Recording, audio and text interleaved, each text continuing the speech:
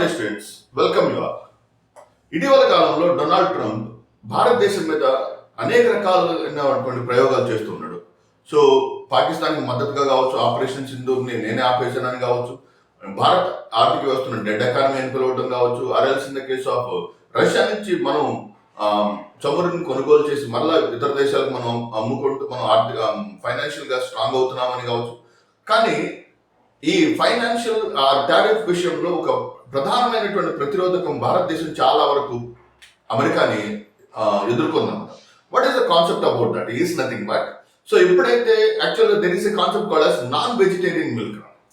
So ఈ tariff కావచ్చు, India America trade లో there is a concept called as ఈ నాన్ వెజిటేరియన్ మిల్క్ ని భారతదేశంలోకి ఎలాగైనా ప్రవేశపెట్టాలని ట్రంప్ చాలా రకాలుగా ప్రయత్నిస్తున్నాడు. ఓకే, అక్కడ ఉన్నటువంటి డైరీ అసోసియేషన్ కావచ్చు, ఆ federation, they are trying to import milk to India. But American milk is not completely a vegetarian milk. Okay, అమెరికాలో మిల్క్ రెండు రకాలు ఉంటుంది, vegetarian milk and non vegetarian milk. యాక్చువల్గా you might be surprise. Okay, normal గా cow or buffaloes are the herbivorous animals. Okay, అవి శాకాహార జీవులు.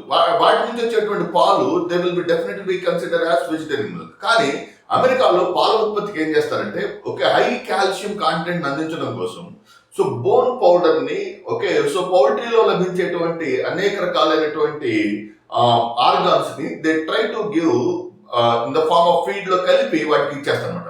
So తద్వారా ఏమవుతుందంటే ఆ పాలలో కాల్షియం చాలా చాలా ఎక్కువ ఉంటుంది. అందుకని అక్కడ అమెరికాలో milk is highly rich in calcium because the milk is mostly calcium rich milk and which is popularly called as non-vegetarian milk అంటారు.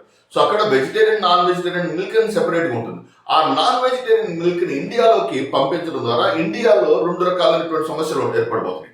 నెంబర్ వన్ ఈస్ భారతదేశంలో ఆ మిల్క్ కి సంబంధించినటువంటి ట్రెడిషనల్ కల్చరల్ ట్రైట్స్ లో చాలా మంది శాకాహార జీవులు ఉండటం. నెంబర్ టూ, ఇక్కడ చాలా సంవత్సరాలుగా ఉన్నటువంటి స్థానిక పాల ఉత్పత్తిదారుల యొక్క అనారోగ్యకరమైనటువంటి పోటీతత్వాన్ని తట్టుకోలేని స్థానిక రైతులు అనేక రకాలైనటువంటి ఇబ్బందులు ఎదుర్కొనే అవకాశం ఉంది.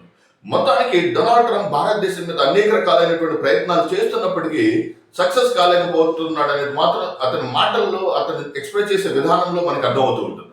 So I hope you understand the concept of non vegetarian. Okay, so thank you very much, all the very best.